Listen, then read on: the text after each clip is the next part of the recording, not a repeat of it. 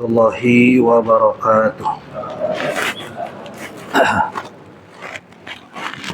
Alhamdulillahi wa kafa, wassalatu wassalamu ala abdihil mustafa wa ala alihi wa ashabihi wa man iktafa. Allahumma inna nas'aluka ilman nafi'an wa rizqan tayyiban wa amalan mutaqabbala. Amin ya Allah ya rabbal alamin. Daramang ibu-ibu bapak bahasanya. Insyaallah dina wengi ayeuna urang judulan kajian urang dina bab tauhid nyaeta tentang hanya kepada Allah kami meminta pertolongan. Bahasa Arabna berarti naon? Iyyaka nasta'in. Hanya kepada Engkau ya Allah kami memohon pertolongan. Dan ini bersambung dari kajian yang sebelumnya. Yang sebelumnya kita telah mempelajari tentang hukum meminta perlindungan baik kepada Allah ataupun kepada makhluk selain Allah Subhanahu wa ta'ala. Kita berikan dulu dasar satu ayat dalam surat Al-Ahqaf ayat kelima. Surat Al-Ahqaf ayat kelima, sebelum nanti kita membahas hukum-hukum berkaitan dengan meminta pertolongan. Allah Subhanahu wa ta'ala berfirman, "Wa man adallu," dan siapakah yang lebih sesat mimman yad'u min dunillahi, daripada orang-orang yang menyeru atau meminta atau berdoa kepada selain Allah, man la yastajibu lahu, yang mereka minta, yang mereka seru tidak akan pernah mengabulkan permintaan mereka ila yaumil qiyamah, sampai hari kiamat. Wahum an du'aihim ghafilun, dan mereka makhluk tidak mendengar atau lalai dari permintaan doa-doa dari para penyerunya. Itu landasan dari Al-Quran dalam kajian pada malam hari ini. Poinnya ada 8 yang akan kita paparkan pada malam hari ini. Poin yang pertama, meminta dalam istilah syariat itu disebut doa. Jadi meminta itu dalam istilah syariat adalah doa. Jadi ketika kita berdoa, maka kita sedang meminta. Poin kedua, doa itu terbagi dua. Dalam syariat, dalam ilmu fikih dan ilmu akidah, doa itu terbagi dua. Yang pertama disebut doaul ibadah, doa ibadah atau doa ketaatan. Doaul ibadah atau doa ketaatan. Yang kedua doaul mas'alah, artinya doa permintaan.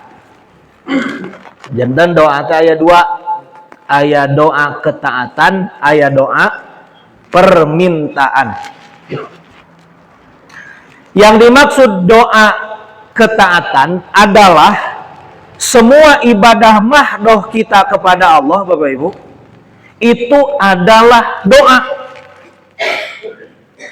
Yang dimaksud doa ketaatan adalah semua ibadah-ibadah mahdoh kita kepada Allah adalah hakikatnya kita sedang meminta pertolongan kebaikan kepada Allah Subhanahu wa ta'ala. Tajanten nalika orang salat teh, Bapak Ibu, hakikatnya kita sedang meminta kepada Allah kebaikan dan pertolongan. Maka dalam Al-Quran disebutkan, wasta'inu bis sabri was shalah. Mintalah pertolongan dengan sabar dan dengan sholat. Kemudian contoh lain ketika kita melakukan ibadah haji dan umroh, itu hakikatnya kita sedang meminta pertolongan kepada Allah. Atau ketika kita berpuasa, menahan makan, minum, dan jima dari subuh sampai maghrib, itu hakikatnya kita sedang meminta. Otomatis daripada ngadua 5 menit ge karaos lami, komo ngadoa ti subuh ka maghrib sahanu kiat ngadoa kieu we teras ti subuh ka maghrib aya nu kiat moal aya. Tapi ketika kita melakukan ibadah saum yang benar, yang ikhlas, ti subuh ka maghrib deh kita sedang meminta pertolongan dan kebaikan kepada Allah. Maka dituntut dalam melakukan ibadah-ibadah tersebut dengan benar, dengan khusyuk, dan tujuannya karena Allah, karena sedang meminta kebaikan dan pertolongan kepada Allah Subhanahu wa Ta'ala. Sepakat Bapak Ibu? Janten nalika orang sholat, saum, umroh, haji, dan lain semacamnya, itu kita sedang meminta kepada Allah Subhanahu wa Ta'ala pertolongan dan kebaikan. Maka orang diajar nalika sholat teh, nalika saum teh, nalika ibadah-ibadah nu sanes teh, menyadari bahwa kita sedang meminta kebaikan. Maka jangan dirusak oleh hal-hal yang tidak baik seperti riya, seperti sum'ah, dan lain semacamnya. Kemudian masih poin kedua tentang doaul mas'alah, doa permintaan. Jadi doa permintaan itu meminta, tapi di luar ibadah. Seperti saya meminta pertolongan kepada Ustadz Aridi agar membacakan ayat-ayat suci Al-Quran setiap sebelum memulai kajian. Nah, itu doaul mas'alah, meminta pertolongan di luar ibadah, mahdoh kita kepada Allah Subhanahu wa Ta'ala. Kartos dah Bapak Ibu, rugi ka dieu. Jadi doa teh aya dua, aya doa ketaatan atau doa ibadah, aya doa permintaan. Bahasa kitabnya doaul ibadah dan doaul mas'alah. Poin ketiga, kita masuk ke dalam ranah hukum, meminta pertolongan kepada Allah dalam segala perkara, baik urusan dunia ataupun urusan agama ataupun urusan akhirat, hukumnya disyariatkan. Meminta pertolongan kepada Allah dalam segala hal, urusan dunia, urusan agama, urusan akhirat, yang kecil, yang besar, yang berat ataupun yang sepele, itu disyariatkan dan bagian dari ketauhidan kita kepada Allah Subhanahu wa Ta'ala.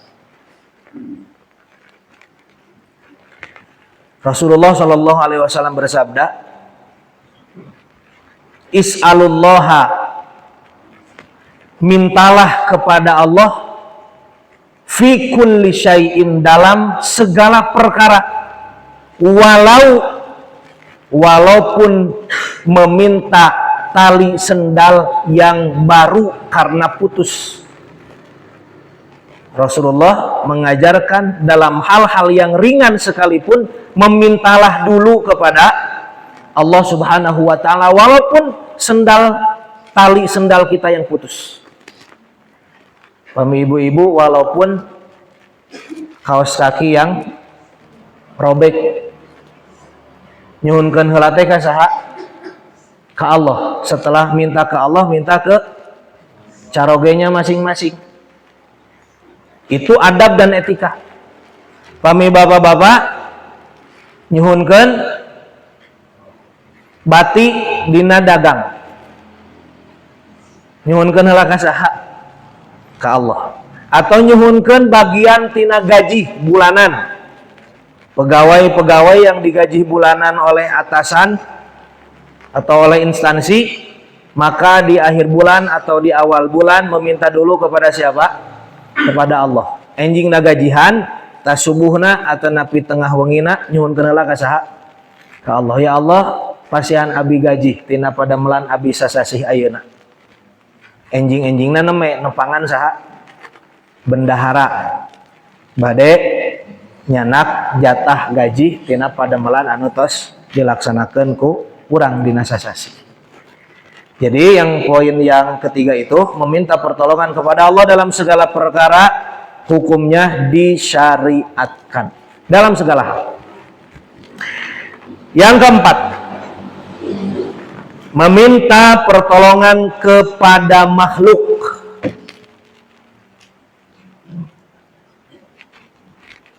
Baik makhluk yang sifatnya atau jenisnya manusia, atau malaikat, atau jin, tapi meminta pertolongan kepada jin, hukumnya syirik akbar, dan nanti akan dibahas. Secara umum ini meminta pertolongan kepada manusia yang zahir, yang kita bisa ngobrol, kita bisa interaksi. Meminta pertolongan kepada makhluk dalam perkara yang ia tidak mampu. Si makhluk tersebut tidak mampu memberikan pertolongan tersebut. Maka hukumnya syirik akbar. Mengeluarkan kita dari keislaman dan keimanan. Contohnya seperti meminta kepada orang-orang soleh agar memasukkan kita ke dalam surga. Wahai Ustadz Aridi yang soleh, masukkanlah saya ke dalam surga. Itu hukumnya syirik akbar. Kenapa? Karena yang berhak dan mampu memasukkan kita ke dalam surga adalah siapa? Allah Subhanahu wa ta'ala. Manusia sesoleh apapun tidak mampu, tidak bisa memasukkan dirinya, apalagi orang lain, ke dalam surga. Maka mintalah pertolongan hanya kepada Allah dalam sesuatu yang makhluk tidak mampu melakukannya. Kapungkur Bapak Ibu, dina hadis disebutkan, dan nanti ini akan dibahas di bab tentang hukum tawassul. Tawassul itu ada yang boleh dan ada yang tidak boleh. Dulu para sahabat itu meminta kepada Rasulullah. Beliau masih hidup. Ya Rasulullah, binasakanlah semua orang-orang munafik.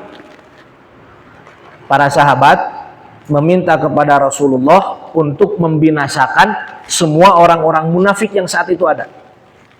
Cikinten-kinten boleh tidak meminta seperti itu? Tidak boleh. Dan Nabi menolak permintaan tersebut. Memintalah kepada Allah.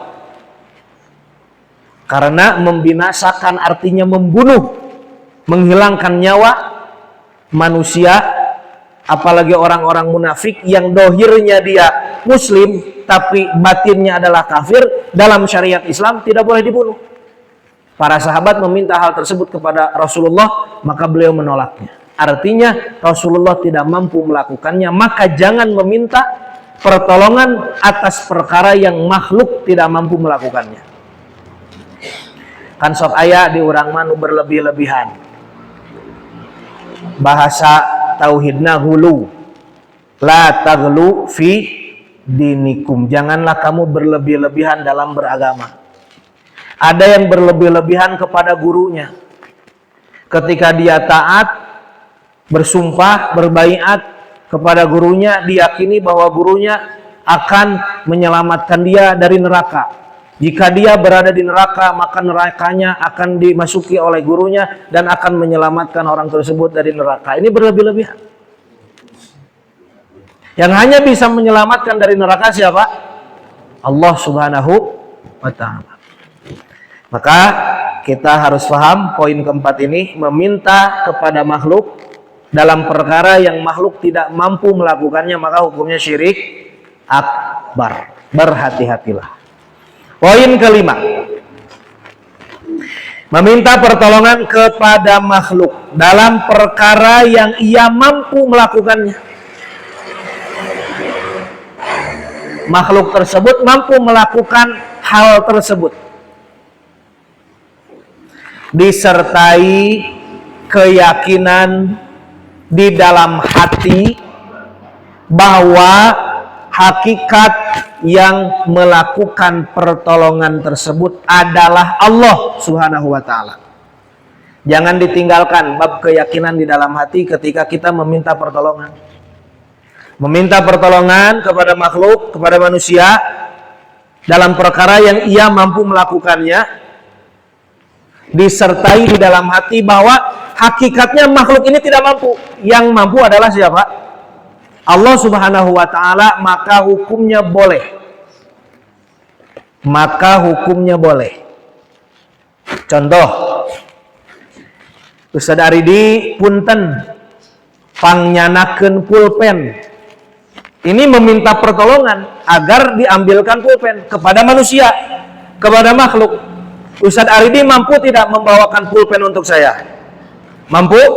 Maka hukumnya boleh, dengan syarat hati kita tidak punya tatagenan, tidak bersandar bahwa Ustaz Aridi melakukannya atas kekuatannya. Tapi kita dalam hati punya keyakinan Ustaz Aridi tidak mampu mengambilkan pulpen saya kalau tidak dimampukan oleh siapa? Allah Subhanahu wa ta'ala. Nah, ini urusan hati lumayan rada rumit, sareng rada hese, numawi perlu riadoh. Riadoh teh harusna latihan. Engke bapak-bapak wih ti pangawasan latihan ka bojo-bojona, ka istri-istrina. Punten mama pangyanakeun cai herang haneut. Teras ku Pak Haji teh kade ulah ngarasa bisa. Ulah ngarasa mampu. Ulah ngarasa ieu teh pedah menang sorangan. Jadi sangat perlu ditekankan keyakinan dalam hati bahwa hakikat yang memberi pertolongan bukan makhluk tapi siapa? Allah Subhanahu wa ta'ala. Termasuk saya. Hakikatnya yang menyampaikan atau hakikatnya saya bisa menyampaikan ilmu ini, berbicara dengan lantang dan lancar adalah Allah yang memampukan saya. Adalah Allah yang menitipkan ilmu-ilmunya kepada saya. Kalau bukan karena izin dan iradah Allah, saya tidak akan mampu berbicara. Saya tidak akan mampu menjelaskan sedikit pun. Nah, eta teh salaresna perbuatan atau amalan hati. Anu uninga mu urang sareng Allah Subhanahu wa ta'ala. Insyaallah Bapak Ibu urang latihan. Anu tos lulus berarti ahli tauhid. Selamat dia dalam berbagai macam perbuatan yang ia lakukan. Maka ketika kita meminta pertolongan kepada siapapun, hati-hati, takut disertai dalam hati kita bersandar pada kemampuan, kekuatan orang tersebut. Suka ada geningnya yang ada mal status, jangan berharap pada manusia. Nah, itu tanda bahwa orang yang berharap pada manusia, hatinya bersandar pada kekuatan kemampuan manusia tersebut. Ketika dia meminta pertolongan tapi tidak terlaksana, maka dia akan merasa kecewa, merasa sakit hati. Maka berharaplah hanya kepada Allah Subhanahu wa ta'ala. Anu mawi ibu-ibu ulah sok tatagenan karena kemampuan, kecerdasan, kekuatan caroge. Tapi bersandarlah pada kekuatan, kekuasaan, kehebatan Allah Subhanahu wa ta'ala. Suami saya dibisakan oleh Allah untuk bisnis, untuk ikhtiar. Suami saya diberikan kemampuan oleh Allah untuk beribadah mengajak keluarganya. Suami saya diberikan kecerdasan oleh Allah untuk selalu beramal soleh dan mengajak beramal soleh. Nah, itu sandaran-sandaran yang harus kita wujudkan di dalam hati kita sebelum meminta pertolongan kepada makhluk.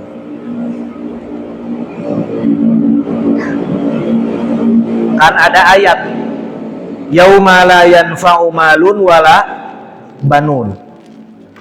Akan ada hari di mana harta dan anak keturunan tidak bermanfaat sedikit pun. Illa man atallaha biqalbin salim, kecuali yang mati menghadap Allah membawa hati yang sehat, hati yang bersih, hati yang lurus. Sekedar informasi kangge Bapak Ibu bilih panasaran. Telah terjadi kejadian yang luar biasa. Menurut yang tidak biasa. Tetapi menjadi biasa bagi yang sudah menganggap biasa. Dan ini menjadi peringatan atau warning atau pelajaran bagi Bapak Ibu yang hadir di sini. Di mana tadi malam pukul 3:15 atau 20 menit motor Ustadz Aridi hilang. Motor bermerek NMAX. Harganya sekian. Anu abu Pak Haji. Mohon.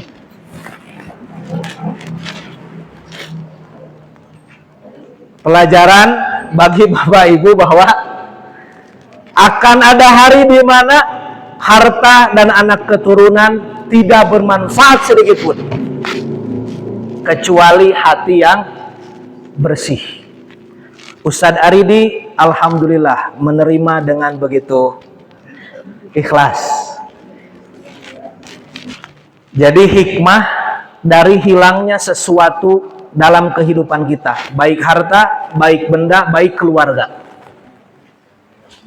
Motor yang hilang, uang yang hilang, ataupun anggota keluarga kita yang hilang, meninggal artinya. Itu setidaknya ada 4 pelajaran. Nuka hiji, iradah Allah melebihi iradah dan ikhtiar kita sebagai manusia. Iradah itu artinya keinginan. Keinginan Allah melebihi keinginan dan pilihan dan ikhtiar kita sebagai manusia. Wallahu yaf'alu ma yurid. Yurid teh hartosna iradah. Iradah teh hartosna keinginan. Allah melakukan segala keinginannya sesuai yang Dia kehendaki. Saya ingin selamat, Ustadz Aridi ingin aman. Kita ikhtiar untuk selamat dan aman, tetapi Allah menginginkan kita tidak aman. Berarti iradah Allah melebihi iradah kita dan ikhtiar kita. Kenapa? Ya karena Allah yang memiliki kita semuanya. Karena Allah yang mengatur kehidupan kita semuanya. Karena Allah yang menentukan segalanya. Hikmah kedua, apa yang hilang dari kehidupan kita, harta benda ataupun keluarga, adalah penebus dari dosa yang tidak bisa ditebus oleh taubat. Jadi hilangnya sesuatu dalam kehidupan kita adalah penebus dari dosa, dari kesalahan, dari keburukan yang tidak bisa ditebus atau dibersihkan atau dimaafkan oleh taubat. Merasa kehilangan apapun dalam kehidupan, maka itu adalah penebus dosa-dosa kita yang selama ini belum tertebus oleh taubat kita. Maka bersyukurlah dengan kehilangan tersebut. Alhamdulillah, ada dosa kita yang berhasil Allah bersihkan. Bersyukur sudah. Karena pada hakikatnya semua kenikmatan dari Allah Subhanahu wa ta'ala. Termasuk dosa yang mungkin tidak tertebus oleh taubat kita adalah dosa mengingkari nikmat. Dosa mengingkari nikmat adalah salah satu dosa yang sangat sulit untuk disadari oleh kita. Makanya Allah mengatakan wa in ta'uddu ni'matallahi la tuhsuha. Kalau kamu menghitung nikmat-nikmat aku tidak akan mungkin bisa. Artinya mesti ada nikmat-nikmat yang kamu tidak syukuri dan itu adalah dosa bagi kamu. Maka aku hilangkan sebagian kehidupan kamu agar kamu mau mensyukuri nikmat-nikmat aku setelah ini. Nukatilu Bapak Ibu sadayana. Hikmah dari kehilangan sesuatu dalam kehidupan kita. Apa yang hilang dari kehidupan kita, harta, benda, ataupun keluarga, adalah jalan tercepat. Tol. Jalan bebas hambatan. Untuk membersihkan hati. Atau untuk menyampaikan hati pada hakikat. Nanti setelah ini ada 3 ilmu hakikat yang harus kita pahami. Jadi kehilangan itu adalah jalan tercepat hati kita sampai pada ilmu hakikat. Dan kalau orang sudah sampai pada hakikat, berarti dia ihsan, berarti dia takwa. Kalau bahasa sebelah sananya dia ma'rifat. Kalau kata Pak Haji Adang, orang ma'rifat itu seperti asap dari rokok. Bebas kan itu kan dia ngapung. Tidak ada yang harus dia permasalahkan dalam otaknya. Ada 3 hakikat. Yang pertama, Bapak Ibu, hakikat yang pertama, ilmu hakikat yang pertama, bahwa segala sesuatu yang terjadi hakikatnya iradah Allah Subhanahu wa ta'ala. Allah yang mau, Allah yang ingin, Allah nu hoyongeun. Walaupun kita tidak mau, tapi kalau Allah sudah mau, sudah. Tidak bisa ditolak sedikit pun. Segala sesuatu hakikatnya Allah yang ingin. Iradah Allah Subhanahu wa ta'ala.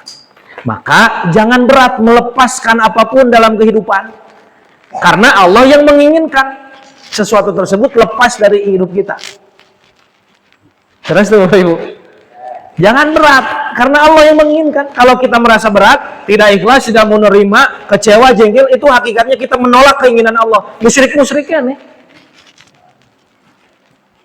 Menolak takdir atau kasarnya. Menolak iradah atau menolak takdir.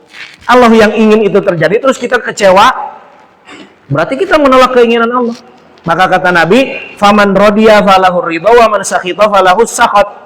Siapa yang menerima ikhlas atas apa yang terjadi, Allah akan ridho. Siapa yang kecewa, jengkel, emosi atas apa yang terjadi, maka Allah akan marah kepada orang tersebut. Hakikat yang kedua,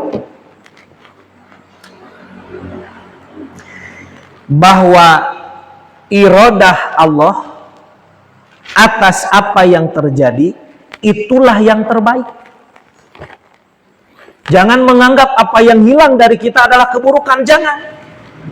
Karena iradah Allah adalah yang terbaik. Bapak Ibu punten-punten anu dugi ka ayeuna teu acan gaduh putra, teu acan gaduh murang kali, atanapi saumur-umur murang kalina teh pamuget sadaya padahal cita-citana hoyong aya istri. Atanapi istri sadaya murang kalina teh padahal cita-citana hoyong aya pamuget. Atau seumur-umur pekerjaannya hanya bertani saja. Atau seumur-umur belum diberikan kemampuan untuk berangkat umroh dan haji karena keterbatasan ekonomi. Itu kemauan Allah dan itu yang terbaik. Tapi syaratnya setelah ikhtiar. Kalau saat acan ikhtiar mah, oh ini mah iradah Allah tapi ngejedog wae. Tanu kitu mah belet. Nu kitu mah teungar kalongeun. Jadi kita mempercayakan bahwa iradah Allah yang terbaik setelah ikhtiar. Seperti Ustaz Aridi ikhtiar menyimpan kendaraannya di tempat aman, mencabut kuncinya, kemudian menyuruh santri untuk piket malam, sudah ikhtiar. Tapi Allah pengennya hilangnya sudah hilang. Ulah nyalakan santri, ulah nyalakan keayaan, ulah nyalakan batur. Karena sudah ikhtiar. Ya mau santri dipanggil, kamu panggil, dicarekan. Tidak seperti itu.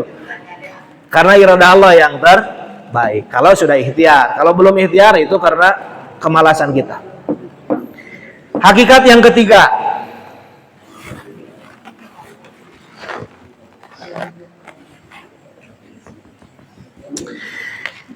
bahwa melepaskan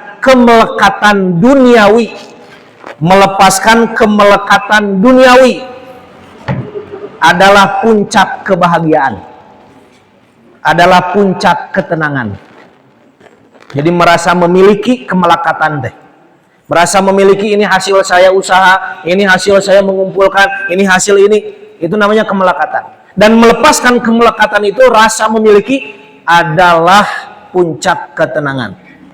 Ibu-ibu jangan terlalu merasa memiliki suaminya, bisi nyeri hati. Karena dalam ilmu psikologi, Bapak Ibu, puncak tertinggi akhlak atau etika seorang istri adalah kesetiaannya. Rek kerbeng rek miskin setia, rek kasep kene geus goreng patut setia. Dan kesetiaan itu butuh rasa cinta yang mendalam. Tapi puncak akhlak seorang laki-laki terhadap istrinya adalah kelembutan. Jadi upami suami itu setia, urusan lain, asalkan sah secara syariat. Masna wa sulasa wa ruba. Ulah dibahas deui. Yang penting puncak akhlak etika tertinggi seorang laki-laki adalah kelembutan. Jadi kalau ibu masih mendengar suami bahasa kasar, teh kelemahan seorang laki-laki. Jadi kelemahan seorang laki-laki, kebodohan seorang laki-laki adalah perkataannya yang kasar, perilakunya yang keras, yang kasar. Itu adalah kebodohan. Maka kata Nabi SAW, inna rifqa la yakunu fi syai'in illa zanahu. Tidaklah kelembutan itu ada pada sesuatu kecuali sesuatu tersebut akan menjadi indah. Tapi kalau kelembutan tidak ada dalam sesuatu tersebut, maka sesuatu tersebut menjadi sesuatu yang rusak. Yang ke berapa? Hakikat yang ke berapa? Keempat. Bahwa apa yang dimiliki pasti akan meninggalkan kita, atau kita pasti akan meninggalkan apa yang dimiliki. Mau lepas dari dua pilihan tersebut. Apa yang dimiliki akan pergi meninggalkan kita dengan berbagai macam cara. Dicuri lah, tertinggal lah, atau rusak lah. Atau sebaliknya, kita yang meninggalkan apa yang dimiliki dengan meninggal dunia dan lain semacam. Maka jangan merasa memiliki. Yang terakhir adalah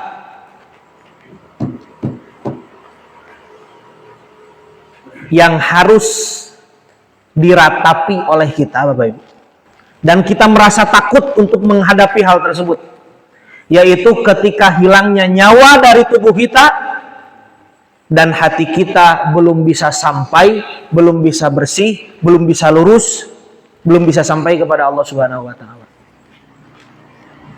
Terus semua biasa laporan, Bapak Ibu, hilang nyawa urusannya terus akhirat langsung. Hilang kendaraan bisa ngobrol kene. Sareng rakana, sareng wargina, sareng tatanggina. Hilangnya nyawa, kepada siapa kita mengadu? Urusannya langsung dengan akhirat. Maka yang harus kita perhatikan dari sekarang adalah hilangnya nyawa kita dalam keadaan kita tidak membawa bekal yang banyak, yang sesuai, yang diterima oleh Allah Subhanahu wa ta'ala. Maka hilangnya sesuatu dalam kehidupan kita latihan, Bapak Ibu. Kalau kita ikhlas, insya Allah mati kita dalam keadaan baik. Tapi kalau kita kehilangan sesuatu, selalu ada kecewa, ada jengkel, ada emosi, maka mati kita pun tidak akan jauh keadaannya seperti itu. Nemawi orang latihan maut sebelum maut, berlatih mati sebelum mati. Yang ketujuh, tanda hati yang lalai. terhadap hakikat bahwa Allah yang memberikan pertolongan sama dengan yang pertemuan sebelumnya, yaitu bergembira dan sedih berlebihan. Jadi kalau dia mendapat pertolongan bergembira segembira-gembiranya, lupa bahwa yang hakikatnya memberi pertolongan adalah Allah. Tapi kalau dia tidak diberikan pertolongan, mendapatkan musibah, maka dia sedih berlebihan sehingga putus asa dari rahmat Allah Subhanahu wa ta'ala. Itu tandanya. Jadi biasa-biasa aja. Semua atas iradah Allah Subhanahu wa ta'ala. Dan tanda yang lainnya adalah ketika mendapatkan kebaikan atau pertolongan, tidak menambah sedikit pun semangat dalam ibadah. Sebelum meminta pertolongan dan sesudah ditolong, gitu-gitu aja. Nggak ada semangat untuk istiqomah 2 rakaat sebelum subuh. Nggak ada semangat untuk istiqomah menjaga 2 rakaat ba'diyah setelah isya. Bapak Ibu, khususnya bapak-bapak, sepados abi aya batur anu qiyamul lail na kadang-kadang keneh, sareng duha na kadang-kadang keneh. Jangan tinggalkan 2 hal ini. Yang pertama qobliyah subuh, yang kedua ba'diyah isya. Kalau qobliyah subuh tertinggal, artinya kita bangun pas azan atau qomat, belum sempat kita 2 rakaat subuh, maka lakukan setelah sholat subuh. Dan itu boleh. Jadi upami orang kakantun qobliyah subuh, Bapak Ibu, silakan sholat setelah subuh. Ngan upami berjamaah, bilih teterangan, ayeuna orang wartosan, bilih aya di antawis orang di jamaah di dia, sabada subuh teh sholat di 2 rakaat. Nah itu teh pertanda bahwa hudangnya kaberangan, sehingga dia harus melakukan 2 rakaat qobliyah subuh dilakukan sebada sholat subuh, dan itu boleh dalam mazhab Imam Ahmad bin Hambal, dan mazhab yang lain pun membolehkan. Yang kedua, jangan tinggalkan ba'diyah isya walaupun kita sholat sendirian. Misalkan hiji waktu kita teh sholat sendirian munfarid, maka sholatlah 2 rakaat ba'diyah isya tersebut, jangan tinggalkan sebagai pengganti sholat tahajud dan pengganti sholat duha. Maka itu menjadi pertanda setarnya hidup kita 2 rakaat sebelum subuh, finishnya hidup kita 2 rakaat setelah isya. Siap Pak Ustadz Ali? Tak gitunya Bapak Ibu, abdi rumaos kakantun kene duha rumawi, insyaallah ba'diyah isya mah langku sanes lebih baik. Janten walaupun tidak zikir setelah sholat isya langsung salam, tidak zikir dulu langsung sholat 2 rakaat boleh. Jadi merasa bahwa 2 rakaat ba'diyah isya itu diwajibkan untuk dirinya sendiri, itu boleh. Untuk menjaga keistiqomahan. Yang terakhir sekali Bapak Ibu, bahwa bermudah-mudahan dalam meminta pertolongan adalah perbuatan tercela. Salit-salit cing pangyanakeun, salit-salit cing sabatang, salit-salit oh cik pansok aya kadang abdi. Oh nyesel. Jadi bermudah-mudahan dalam meminta pertolongan itu perbuatan tercela. Aya pulpen murah cik pangyanakeun, jangan. Kalau kita masih mampu mengambilnya, ambil. Salit-alit ka istrina teh cing pangyanakeun cai ping pang. Tapi kalau istrinya tidak hidang berarti istri durhaka. Jadi jangan meminta menunggu suami meminta. Kalau menunggu suami meminta, sama saja menjerumuskan suami dalam bermudah-mudahan meminta-minta. Kata Nabi SAW, semua hadisnya teh, la yazalur rajulu yas'alunan nasa hatta ya'ti yaumal qiyamati laisa biwajhi muz'atul lahmin. Orang yang selalu meminta-minta dalam hal-hal sepele, selalu meminta-minta, cik pang ieukeun, cik pang itukeun, cik ini, cik itu, maka dia datang pada hari kiamat dalam keadaan wajah yang tidak memiliki sekerat daging pun. Dan satu perhatian untuk bapak-bapak yang memiliki anak perempuan yang akan dinikahkan. Yuk kita belajar menghentikan kebiasaan meminta-minta dalam pernikahan. Nyimpen koropak,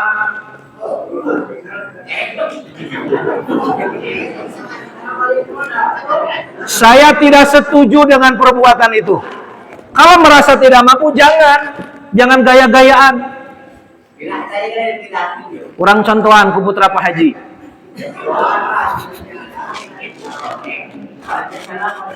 Kan sok aya gedengnya tadi aya bahasa terbalik modal. Sok. Emang pernikahan adalah bisnis.